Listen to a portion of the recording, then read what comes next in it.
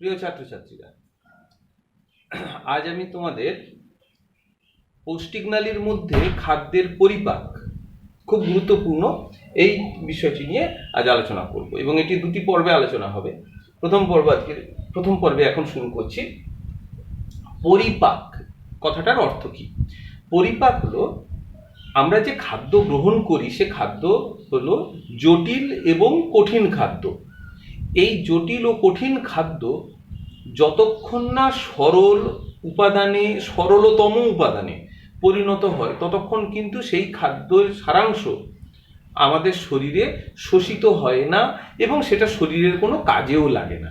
তাহলে আমরা যে খাবার খাই সে খাবারগুলো হলো জটিল ও কঠিন খাদ্য। সেই খাদ্যকে আমাদের শরীরের উপযোগী করে তুলতে হলে, অর্থাৎ একেবারে সরলতম উপাদানে পরিণত করে তুলতে হলে সেই খাদ্যকে জটিল ও কঠিন খাদ্যকে তরল ও সরল হতে হয়। যে পদ্ধতিতে আমাদের পৌষ্টিক নালীতে গৃহীত জটিল ও কঠিন খাদ্য বিভিন্ন উৎসেচকের দ্বারা ভেঙে তরল, সরল ও গ্রহণযোগ্য উপাদানে পরিণত হয় তাকেই বলা হয় পরিপাক। তাহলে পরিপাক হয় পৌষ্টিক নালীর মধ্যে। কার দ্বারা হয় না? বিভিন্ন উৎসেচকের দ্বারা। ইংরেজিতে বলা হয় এনজাইমস বা উৎসেচক। এরা কি করে না, এই জটিল কঠিন খাদ্যকে ভাঙে বা আর্দ্র বিশ্লেষণ ঘটিয়ে তাকে সরল তরল উপাদানে পরিণত করে। এই যে বিক্রিয়াগুলোর মাধ্যমে এই যে জটিল খাদ্যকে ভেঙে সরল করে সেটা কিন্তু বেশ জটিল প্রক্রিয়ায়, সহজ নয়। এক স্টেপে কোনোটা ভাঙে, কোনোটা দুটো স্টেপ, তিনটে স্টেপ, চারটে স্টেপ বা আরো বেশি স্টেপে ধারাবাহিক বিক্রিয়ার মাধ্যমে ভাঙে উৎসেচকের দ্বারা। কিন্তু খাদ্য গ্রহণ করার আগে আমরা কি করি? খাদ্যকে চিবোই, তাই না? যে কোনো খাদ্য, কঠিন জটিল খাদ্য তো একমাত্র তরল খাদ্য বাদ দিলে অধিকাংশই তো কঠিন খাদ্য, এবং সেগুলোকে আমরা প্রথমে দাঁতের সাহায্যে চিবোই এবং তার সঙ্গে লালা মিশিয়ে খাদ্যকে নরম করি। এই যে খাদ্য চিবানো, এটাকে বলে যান্ত্রিক পরিপাক। তাহলে আমরা পরিপাককে দুভাগে ভাগ করব। একটা যান্ত্রিক পরিপাক, সেটা চিবিয়ে গিলে নেওয়া পর্যন্ত, এটা যান্ত্রিক পরিপাক। আরেকটা হলো জৈব রাসায়নিক পরিপাক, যেটা বিভিন্ন উৎসেচকের দ্বারা ঘটে। তো প্রথমে যান্ত্রিক পরিপাক আবার দুটো রকমের হয়, একটা চর্বণ এবং আরেকটা পেরিস্টলসিস। চর্বণ মানে বুঝতে পারলে আমরা দুই মাড়িতে অবস্থিত দাঁতের সাহায্যে খাদ্যকে চিবিয়ে ছোট ছোট কণাতে পরিণত করি এবং তারপর তার সঙ্গে রস মেশে, লালাতে মিউসিন থাকে, মিউসিনের সাহায্যে খাদ্য পিচ্ছিল হয়, নরম পিচ্ছিল মণ্ডে পরিণত হয়। আমাদের মুখগহ্বরের মধ্যে খাদ্যের যে পিণ্ডটা তৈরি হয়, নরম একটা লালা পিচ্ছিল পিণ্ড, লালা মিশে, সেই খাদ্যপিণ্ডকে বলে বোলাস, BOLUS, বোলাস। তারপর সেই খাদ্যমণ্ডকে আমরা গিলে নিলে কোথায় যায়? গলবিল দিয়ে চলে আসে গ্রাস নালীতে। তারপর গ্রাস নালীর মধ্যে দিয়ে খাদ্যটা ধীরে ধীরে ধীরে ধীরে পাকস্থলীর দিকে এগিয়ে যায়। আচ্ছা বলতো, আমরা যখন কোনো খাদ্য গিলে নিই তখন সেটা তো, আমাদের গ্রাস নালীটা তো খাড়া, তাহলে কি, এই যে ছবি এঁকেছি দেখো, এটা গ্রাস নালী, তাহলে খাদ্যটা গিলে নিলাম, গ্রাস নালী থেকে পাকস্থলীতে তো খাড়া, যেহেতু টপ করে নিচে খাদ্য পড়ে যাওয়ার কথা, কিন্তু তা হয় না। এবং দেখবে আমরা যদি তাড়াহুড়ো করে কোনো খাবার খেতে চাই, আমাদের গলায় দম আটকে যায়, তখন আমাদের জল খেতে হয়, তাই না? তার মানে খাদ্য কিন্তু আমরা গিলে নিলেই যে নিচের দিকে টপ করে পড়বে তা নয়, আসলে খাদ্য খুব ধীরে ধীরে ধীরে ধীরে নামে। একটা, এই যে আমাদের গ্রাস নালী, এটা না ওপর থেকে নিচের দিকে এইভাবে ক্রমসংকোচন হয়, ওপরেরটা প্রসারিত হলো খাদ্যটা, এইটা মনে করো একটা খাদ্য, দেখাই, ধরো এইটা একটা খাদ্য, এটা খাদ্যের পিণ্ড বোলাস। তাহলে প্রথমে খাদ্যপিণ্ডটা গ্রাসনালীর মধ্যে এলো, আটকে যাচ্ছে, এইবার এটা প্রসারিত হলে কি হলো? খাদ্যমণ্ডটা গলে গেল, এবার গলে নিচের গ্রাসনালীর একটু নিচে এলো, এই গ্রাসনালীর নিচের অংশে আসার পর এসে এইখানে আটকে গেল, আবার এই নিচের গ্রাসনালীটা আবার প্রসারিত হলো, তখন উপরেরটা সংকুচিত। এইভাবে ক্রমাগত সংকোচন প্রসারণের মধ্যে দিয়ে খাদ্য উপর থেকে নিচের দিকে নামতে থাকে। এই যে খাদ্য নালীর, গ্রাসনালী তারপর পাকস্থলী, ক্ষুদ্রান্ত, এর মধ্যে দিয়ে যে খাদ্য পরপর চলাচল করছে, এটা কিন্তু ধীরে ধীরে ধীরে ধীরে একটা নির্দিষ্ট ছান্দিক গতিতে, ছন্দময় গতিতে, ওপর থেকে নিচে ওপর থেকে নিচে এইভাবে ছন্দময় একটা গতিতে সংকোচন করছে, আর তার ফলে ধীরে ধীরে ধীরে ধীরে খাদ্য নিচের দিকে নামছে। এই যে পৌষ্টিক নালী, গ্রাসনালী, পাকস্থলী, ক্ষুদ্রান্ত, এগুলোর যে ক্রমসংকোচন আমরা বলবো, ক্রমসংকোচন, তাকেই বলে পেরিস্টলসিস। পেরিস্টলসিসের ফলে কি হয় না, খাদ্য ধীরে ধীরে আমাদের গ্রাসনালী দিয়ে পাকস্থলীতে আসে, আবার পাকস্থলীর থেকে ক্ষুদ্রান্তে যায়, ক্ষুদ্রান্ত থেকে বৃহদন্ত্রে যায়, এইভাবে চলাচল করে খাদ্য পেরিস্টলসিসের সাহায্যে। এছাড়া পেরিস্টলসিসে কি হয়, এরকম যখন সংকোচন হয় পাকস্থলীর ক্ষুদ্রান্তে, তখন খাদ্যের সঙ্গে যে এনজাইম খুব ভালোভাবে মিশতে পারে। তোমরা জানো যখন সিমেন্টের কাজ হয়, তাগার বলে না তৈরি করে, সেখানে সিমেন্ট, বালি, জল একসঙ্গে দেওয়ার পরে কোদাল দিয়ে ভালো করে মিশ্রণ ঘটানো হয়, বা মিক্সচার মেশিনে এই স্টোন চিপস, বালি, জল, সিমেন্ট দিয়ে ঘোরানো হয়, তার মানে কি মিশ্রণ ঘটে, মিশ্রণ।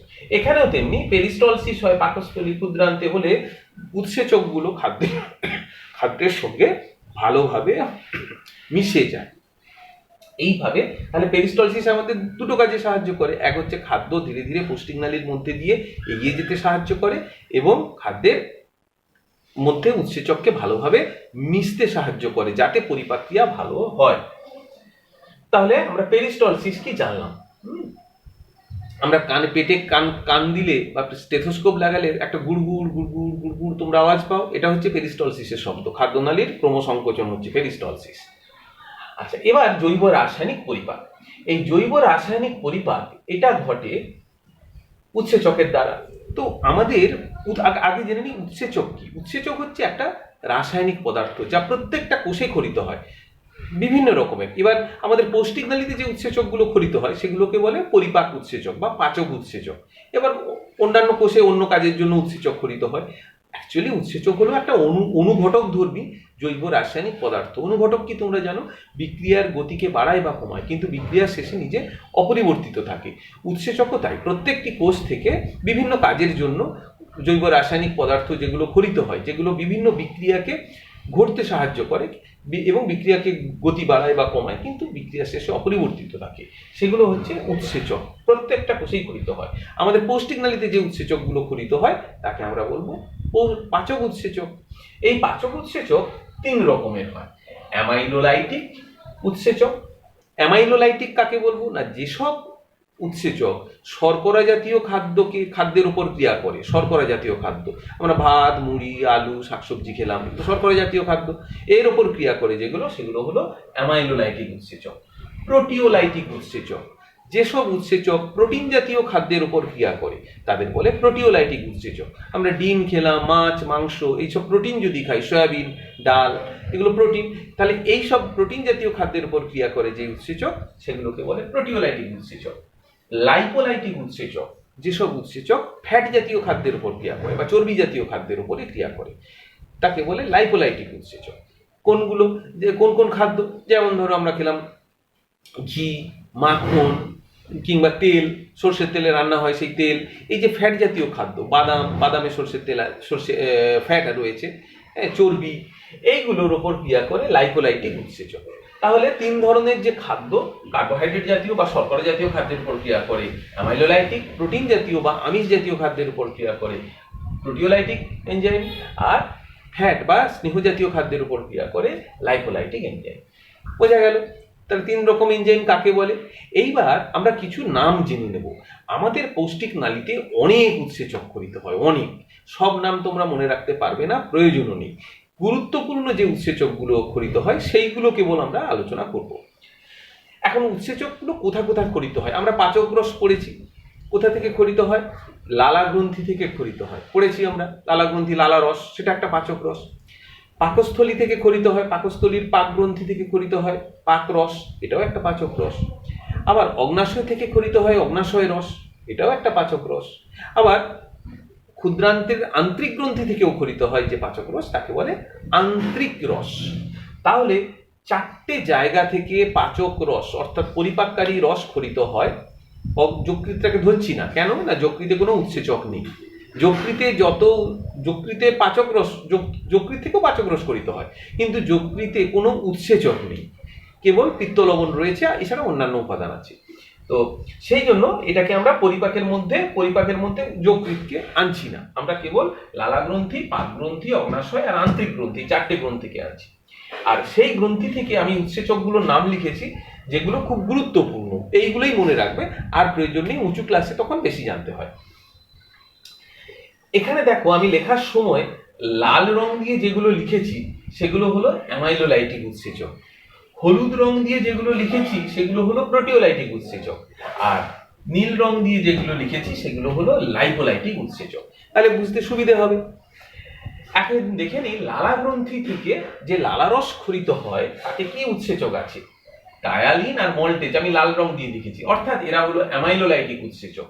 তার মানে বোঝা গেল যে আমাদের লালারসে অ্যামাইলোলাইটিক অর্থাৎ কার্বোহাইড্রেট পরিপাককারী উৎসেচক ছাড়া অন্য কোনো উৎসেচক নেই। তাহলে আর লালারসের কাজ কি না, কার্বোহাইড্রেট খাদ্যকে পরিপাক করা, বা সে শর্করা জাতীয় খাদ্যকে পরিপাক করে। পাক গ্রন্থি থেকে ক্ষরিত হয়, হলুদ রং দিয়ে লিখেছি পেপসিন, নীল রং দিয়ে লিখেছি গ্যাস্ট্রিক লাইপেজ। তার মানে এখানে কার্বোহাইড্রেট জাতীয় খাদ্যের পরিপাককারী কোনো উৎসেচক নেই, এখানে রয়েছে প্রোটিন পরিপাকের উৎসেচক পেপসিন, এই প্রোটিওলাইটিক এনজাইম, আর গ্যাস্ট্রিক লাইপেজ মানে লাইপোলাইটিক এনজাইম, নীল রং দিয়ে লিখেছি। এরপর অগ্নাশয় থেকে কি কি উৎসেচক ক্ষরিত হয়? প্রধান উৎসেচক অ্যামাইলেজ, দেখো আমি লাল রং দিয়ে লিখেছি, তার মানে এটা হলো অ্যামাইলোলাইটিক অর্থাৎ কার্বোহাইড্রেট পরিপাক করে। ট্রিপসিন আর কাইমোট্রিপসিন এই দুটো নাম লিখেছি হলুদ রং দিয়ে, অর্থাৎ এরা হলো প্রোটিওলাইটিক এনজাইম অর্থাৎ প্রোটিন পরিপাক করে। নীল রং দিয়ে লিখেছি প্যানক্রিয়াটিক লাইপেজ, অর্থাৎ এরা লাইপোলাইটিক এনজাইম, এটা অর্থাৎ ফ্যাট পরিপাক করে। এবার আন্ত্রিক গ্রন্থি থেকে লিখেছি, দেখো লাল রং দিয়ে আমি 5টা এনজাইমের নাম লিখেছি, এরা main enzyme amylase, maltase, isomaltase, sucrase, lactase. তাহলে এই 5টা যে মেন এনজাইম বললাম, এরা কি অ্যামাইলোলাইটিক এনজাইম অর্থাৎ কার্বোহাইড্রেটের পরিপাক করে। হলুদ রং দিয়ে লিখেছি ইরিপসিন, তাহলে এটা কোন কি কাজ করে? প্রোটিওলাইটিক এনজাইম, প্রোটিন পরিপাক করে। নীল রং দিয়ে লিখেছি ইন্টেস্টাইনাল লাইপেজ, ইন্টেস্টাইন মানে অন্ত্র, ক্ষুদ্রান্ত্র, তাহলে ইন্টেস্টাইনাল লাইপেজ বাংলায় বলবো আন্ত্রিক লাইপেজ, নীল রং দিয়ে লিখেছি, তাহলে এটা লাইপোলাইটিক এনজাইম। তাহলে এই আলোচনায় তোমরা বুঝলে আন্ত্রিক গ্রন্থি থেকে যে আন্ত্রিক রস ক্ষরিত হয় তাতে কি কি এনজাইম থাকে, কোনগুলো অ্যামাইলোলাইটিক, কোনটা প্রোটিওলাইটিক, কোনটা লাইপোলাইটিক জেনে গেলে।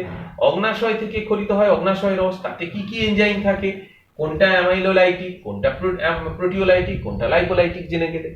পাক গ্রন্থিতে কোনো অ্যামাইলোলাইটিক এনজাইম নেই, এখানে প্রোটিওলাইটিক আর লাইপোলাইটিক এনজাইম রয়েছে পেপসিন আর গ্যাস্ট্রিক লাইপেজ। এখানে প্রোটিনের পরিপাক আর ফ্যাটের পরিপাক হয়, কার্বোহাইড্রেট পরিপাক হয় না। লালা গ্রন্থিতে কেবল কার্বোহাইড্রেট পরিপাক হয়, কারণ এখানে অ্যামাইলোলাইটিক এনজাইম রয়েছে ডায়ালিন আর মল্টেজ, আর কোনো এনজাইম নেই। তাহলে এইটুকু আজকে তোমাদের খুব ভালো করে তোমরা এই পর্বটা ভালো করে বুঝে নাও। এরপরে এই যে এনজাইমগুলো এর ক্রিয়া কিভাবে কাজ করে পরের পর্বে আলোচনা করব।